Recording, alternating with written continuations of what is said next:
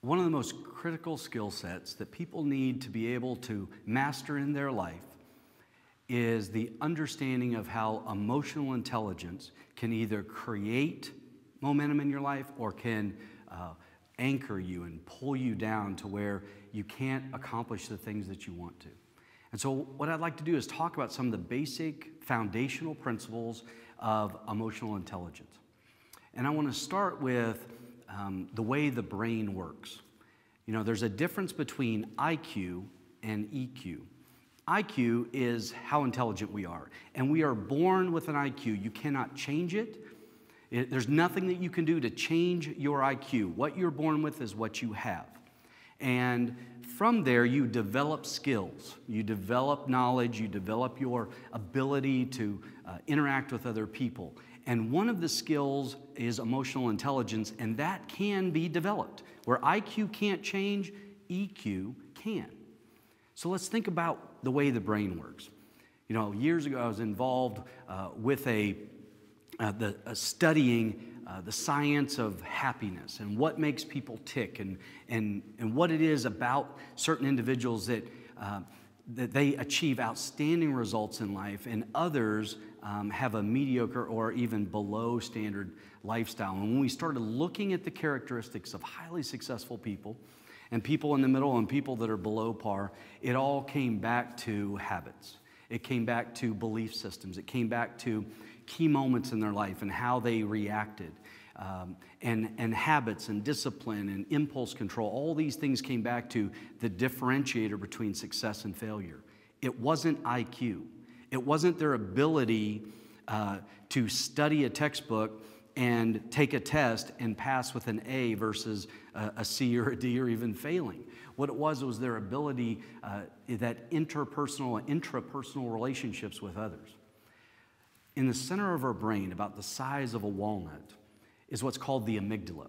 And in the amygdala, this is where all emotion happens. This is where anything good, bad that happens to us, it starts there. In the front of our brain is what's called the frontal cortex, and this is where logic happens.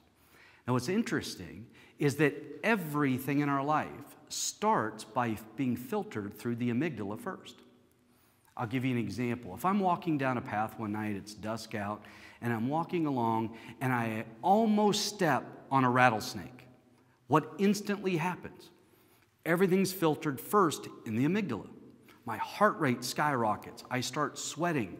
I'm almost in panic mode because I'm almost at death. I'm about to step on a rattlesnake.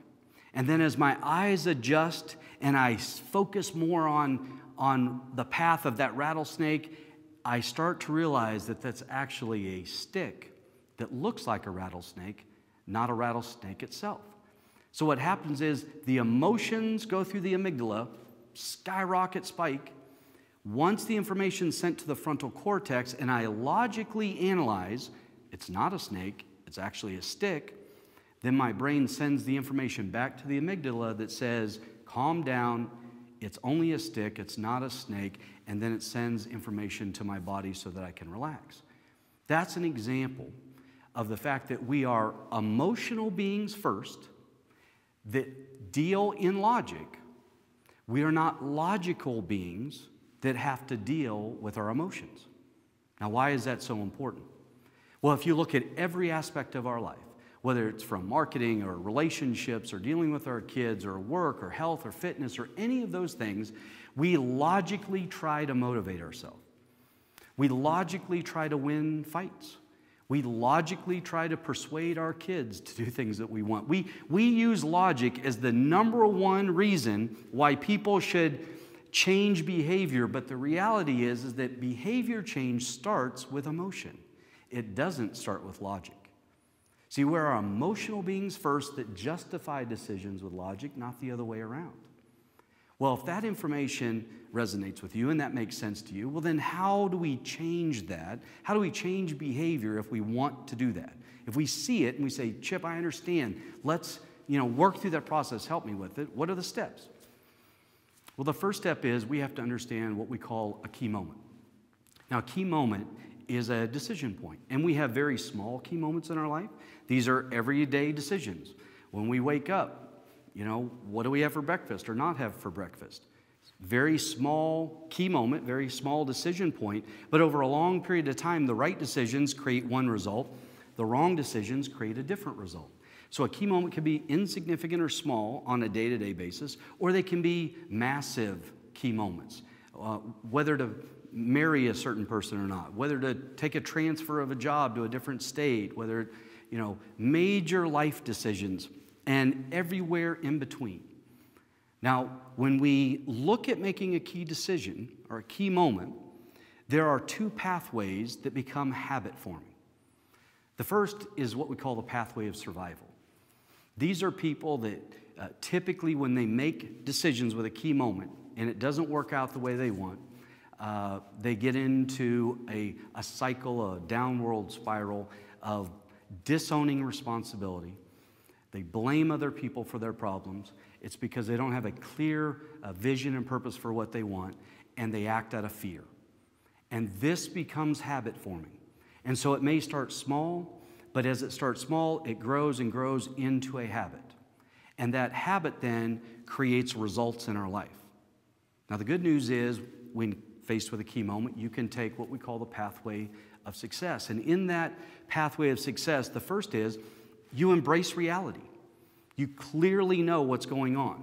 The second is you embrace the reality and you act from an understanding of those principles and guidelines that you've already established because you have a clear vision and purpose for what you want, and you make decisions based out of an integrity paradigm, which I'll talk about in a second. And an integrity paradigm or decision points aren't something that someone else sets for you. It's something that you've taken the time to sit down and establish for yourself. You understand what it is, the life that you want, the type of person you want to be, the type of outcomes that you want in your life. You clearly articulate those things and you act from those principles. Now, when faced with a key moment, there are really four major, what we call paradigms in which we see the world through. The first paradigm is fear. And when I talk about a paradigm is a filter in which we see things through. So the fear paradigm, when faced with a key moment, I'm fearful of loss. See, human behavior is driven by two things: fear of loss or potential gain. And if I'm constantly looking at my life through a fear paradigm, then my key moments or my decisions that I have to make are filtered through fear of loss. So I typically see the worst in others. I have the scarcity mentality. I'm in protection mode. Everything that I do is in scarcity mentality, and so typically I don't make very good decisions. Now, are there times where fear is a very relevant paradigm to see things through? Absolutely. Like the example I used of walking down a path with a snake. But when we live perpetually through a fear paradigm, the negative consequences of our life become astronomical, and it becomes habit forming, and we're in the pathway of survival all the time. The second paradigm that we look at is the paradigm of duty. And when I say duty, I mean we do things because we feel we have to do things. We're obligated. It's like walking through, a foot of snow. We're trudging all the time to do the things that we believe are expected of us by other people. We allow those things to pile up on us, so every day becomes a chore to get out of bed and do the things that we want to do because it's not our vision, not our purpose, not what we want to do, but exterior factors, things and people that pile stuff on our plate that make us do these things, and we're driven through duty. Now again, for every negative, there's positives. There are certain things that we do that we have a duty to do that maybe we don't want to do, but we need to do them, and it's part of our DNA.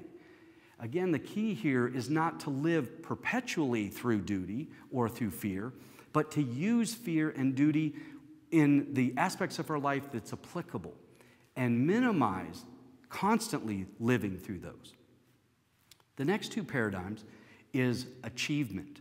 Now, achievement is built into our DNA with most of us, and some have a very high level of achievement, internal drive, some have a smaller, but what makes up human beings, our ability to want to do more than what we did yesterday.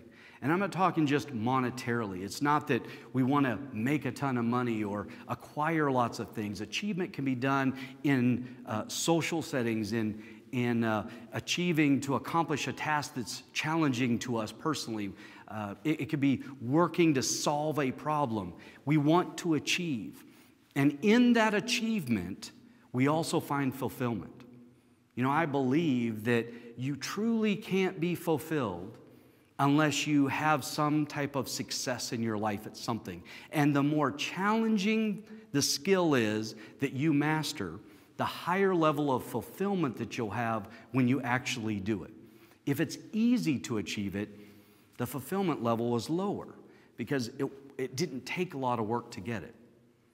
The fourth paradigm, and probably the one that it's kind of comes with wisdom, is the integrity paradigm. And when I say integrity, let me clarify. Integrity isn't something that's defined by other people. This isn't something that you read a textbook on and somebody says, this is what you need to do. Now, of course, there's universal laws that we all have to live by. We know we shouldn't steal, lie, cheat, all these different things. Those kind of go without saying. What I'm talking about is you clearly defining what is it in my life that produces true happiness and joy. I feel like I'm in a zone when I'm doing these things, and they fit right with my internal compass. I know it's what I'm designed to do. And it helps when you draw a line down the piece of paper and you say, on this side, what are the things in my life that I'm willing to negotiate over? But over here, what are the things that are non-negotiables? These are the things in my life that I've clearly identified as the most important things in my life. I will not negotiate over those, whether they're your family or religion or health or finances or community or extended family, whatever it is. These are my non-negotiables. This is what I stand for. This is my integrity model. And I want to wake up every day and look through that paradigm when it comes to making key decisions in my life and the pathways in which I decide, whether it's through survival or whether it's through success. Now, some of you might say, that's great, Chip. I totally understand those, but I'm caught up in a habit that you talked about earlier. I'm in this constant, perpetual trying to catch up on my bills, or I've always met people that I never clicked with, so I haven't found that right person in my life. Or health-wise, I've gotten so far outside of the realm of where I know I need to be that it's almost habit-forming. And how do I start changing those things based on the principles that you're talking about? Well, we have to look at what we call the response chain, and this is in your brain. Also, it ties back to that amygdala side of it and the frontal cortex. And your brain, when faced with the decision, goes through trigger points. The first trigger point is meaning. Everything in our life has a meaning tied to it. And most of the time, those meanings come from past experiences. See, we only know what we know, and we've only experienced what we've experienced. So when a decision has to be made, our brain goes back into the archives and says, okay, here's what's happened. What does this mean to you? That meaning creates a feeling. How do I feel about this? Does it create anxiety? Am I happy? Am I sad? Am I angry? Am I irritated? What is the feeling that comes from the meaning of what I have to make a decision on? Then the next step is the behavior. So I see the meaning, it creates a feeling, now I behave in a certain way. And that behavior becomes habit forming, which produces our results. Now, that response chain happens quickly. Everything has a meaning, creates a feeling, creates a behavior, which dictates the results. So if I want to change something in my life, take any aspect of it, the first thing I have to do is understand what is the meaning of this. I'll use what we eat as an example. It's universal for everybody. When I wake up in the morning, I have two choices. I can eat healthy or eat non-healthy.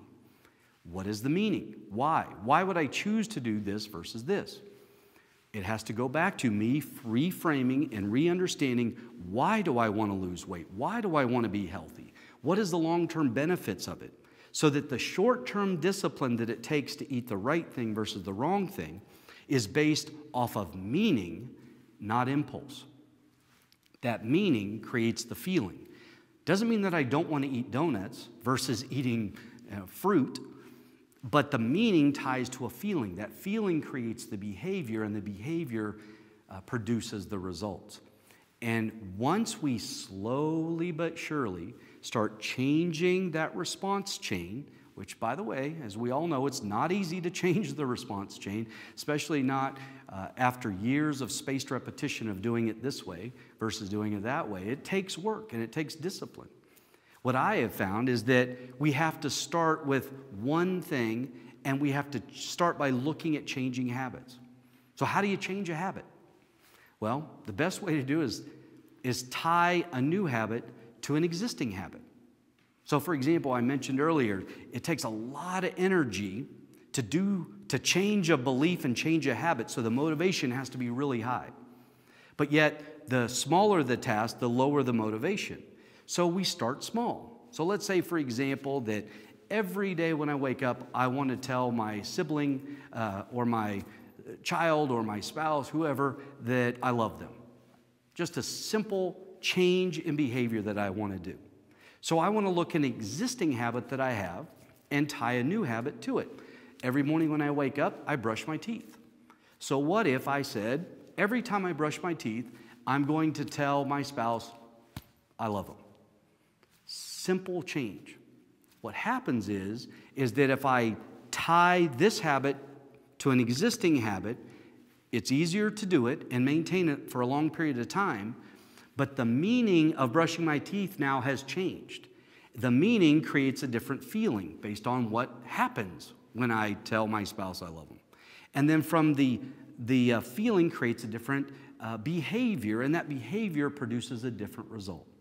Small behavior change tied to an existing habit creates long-term lasting results. Trying to change everything all at once by using internal discipline and motivation is short-lived. We know it, we've studied it, we see it, and we know that it doesn't work. So by tweaking and changing the way the brain works, we can produce outstanding results in our life.